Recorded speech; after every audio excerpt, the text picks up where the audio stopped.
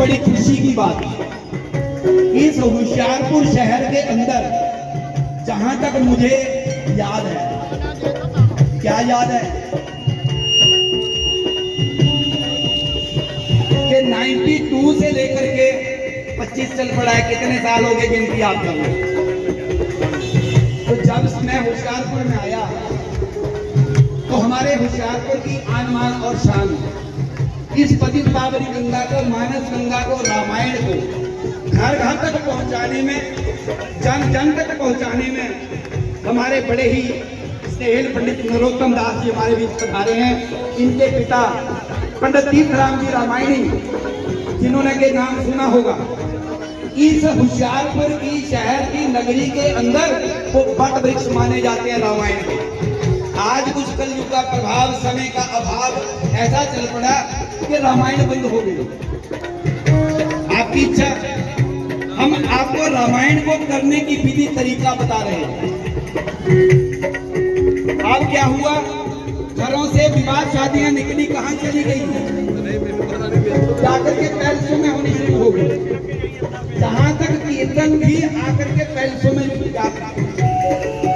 आप घर के अंदर अपने बच्चे का जन्मदिवस मनाना चाहते हैं, रामायण पाठ करवा सकते हैं, कीर्तन करवा सकते हैं, सुंदरकांड जी का पावन पाठ करवा सकते हैं। कोई भी आपका हेतु, लक्ष्य, मनोरथ हो कर सकते हैं, करवा सकते हैं। लेकिन मैं एक बात कहूंगा कि होशियारपुर के अंदर हमारा बड़े हनुमंतलाल जी का मंदिर और राम मंदिर, इस टाइम आप सब लोग जानते हैं कि हमारा विश्व प्रसिद्ध स्थान बन गया। मैं तो एक बात कहूंगा कि 365 दिन आप घरों से निकल करके पैलेसों और होटलों में जाने की बजाय यहाँ पर अपने बच्चों की खुशियाँ, अपने जन्मदिन की खुशियाँ, विवाह की खुशियाँ यहाँ पर मनाइए।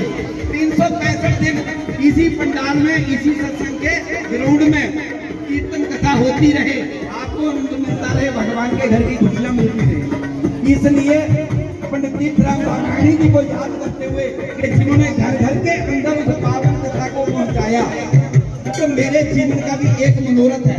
मैंने भाई साहब सूर साहब से प्रार्थना की कि इस बार राम कथा को शुरू किया जाए। मेरे को कोई पैसा नहीं लेना कि मैं बोलूँ, मेरे को कोई फीस चाहिए। डॉक्टर के पास जाओगे, डॉक्टर की पर्ची की लिखी, डॉक्टर की दवाई की लिखी। मैंने बोला मैं अपने आप को 36 साल सरकारी सेवा में पढ़ाने की सेवा से विमुक्त हो गया, सेवा में। अब राम काज कीने में वो ही कहाँ मिश्रा हूँ।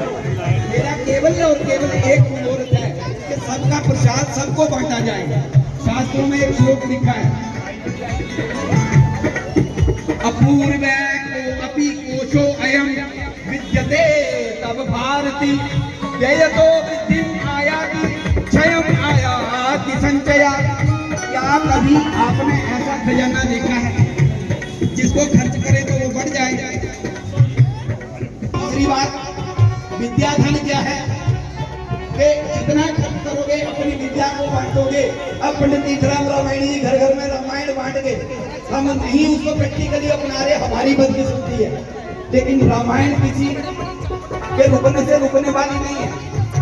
गंगा के वेग को आप रोक सकते हो, हवा को आप रोक सकते हो। हवा के स्वामी कौन है? हमारे पवन देव जी, पवन देव जी के पुत्र हनुमंतलाल जी। आपको पूछिए, हवा है यहाँ पर, हवा चल रही है, दिख रही है, अनुभव कर रहे हैं, लेकिन हवा के बिना हम जी नहीं सकते। इसलिए जीवन में रामायण को अपने उतारने का प्रयास करें। घरों से निकल करके आकर के भगवान के चरणों में अपने भगवान की खुशियां प्राप्त करने के लिए अपने आप को यहाँ पर समर्पित करें। और जिस बात को बताया कि 25 नवंबर से 3 दिसंबर तक यही का प्रोग्राम बना करके राजन जी के मुखारविंद से कथा को सुनने की कोशिश करें। और भी बात बता दूं, कोई व्यक्ति घर में कथा नहीं करवा सकता, तो मैंने तो सूर साहब से प्रार्थना की थी कि महाराज कोशिश करिए हमारे साथ सारे परिवार, कोई हर परिवार का सदस्य सहज यजमान बन करके सुबह शाम की पूजा में सम्मिलित हो, अपने अपना मूल पाठ रखवाए। तो हम कोशिश कर सकते हैं, प्रयास कर सकते हैं, करते करते अभ्यास के जन्मति हो तो सुजान, थोड़ी थोड़ी आहुति देने का प्रयास करेंगे, यज्ञ में आहुति डालेंगे, अनुष्ठान करेंगे, तो हमें जीवन में आनंद मिलेगा, पुण्य मिलेगा। बात न दे क्या कोई। आपका धन आपके पास रहेगा या आपके पीछे रहने वाले उपभोग करेंगे, उस धन का आपको हमें कोई फायदा होने वाला नहीं। जिस धन को आप स्वयं खर्च करो उसका आपको फायदा होने वाला है। इसलिए इस पुण्य की पूंजी को एकत्रित करते चले, पतित पावन गंगा में स्नान करते चले। श्री राम जय राम जय जय राम प्यारे श्री राम जय राम जय जय राम प्यारे श्री राम जय राम जय जय राम प्यारे श्री राम जय राम जय जय राम प्यारे श्री राम जय राम जय जय राम। जीवन का निष्कर्ष यही है, प्रभु प्रेम में लग जाना और सब मिल बैठो प्यारे राम कथा सुन कर जाना।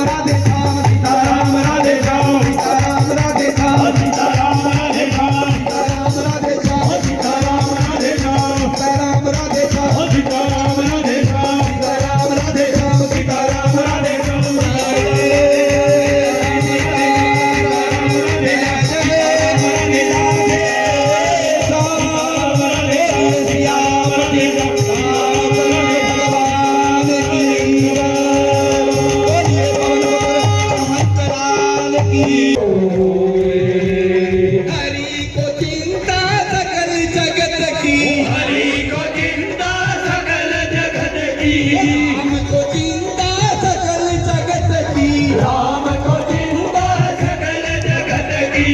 तू क्यों व्याकुल होए हे मनवा, राम करे सो होए, मनवा राम करे सो होए, मनवा राम करे सो होए। हो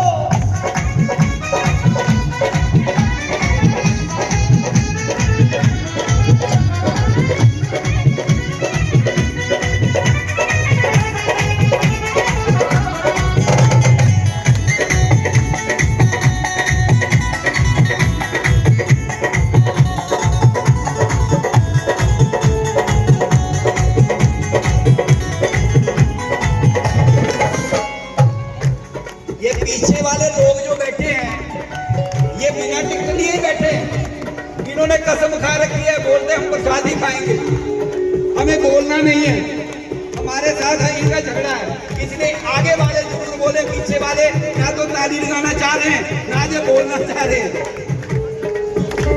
रे मनवा राम करे सो होए, रे मनवा राम करे सो होए, रे मनवा राम करे सो होए।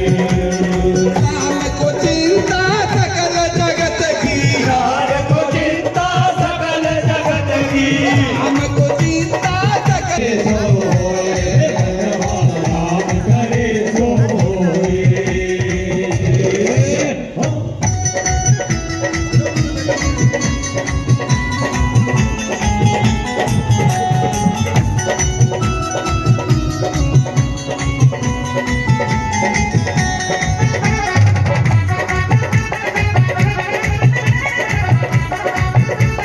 इनका है सब लेखा,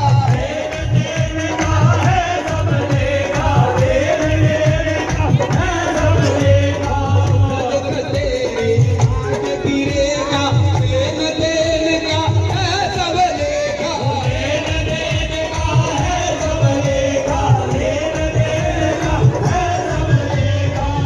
तो ये है हाथ में उसके, सच तो ये है हाथ में उसके, तो ये है राम को चिंता सकल जगत की, राम को चिंता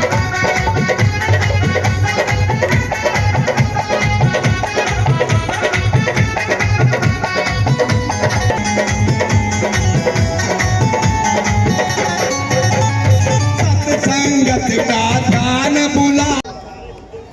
अगर आपका भाव नहीं बन रहा है, उससे ज्यादा अच्छी बात क्यों? भाव बन रहा है परमात्मा की कृपा, भाव नहीं बन रहा है ये परमात्मा की उससे ज्यादा बड़ी कृपा क्यों? मान लो हवा चली है, मान लो ये हमारा घर है, घर के अंदर मिट्टी उड़ करके आई जाएगी ना।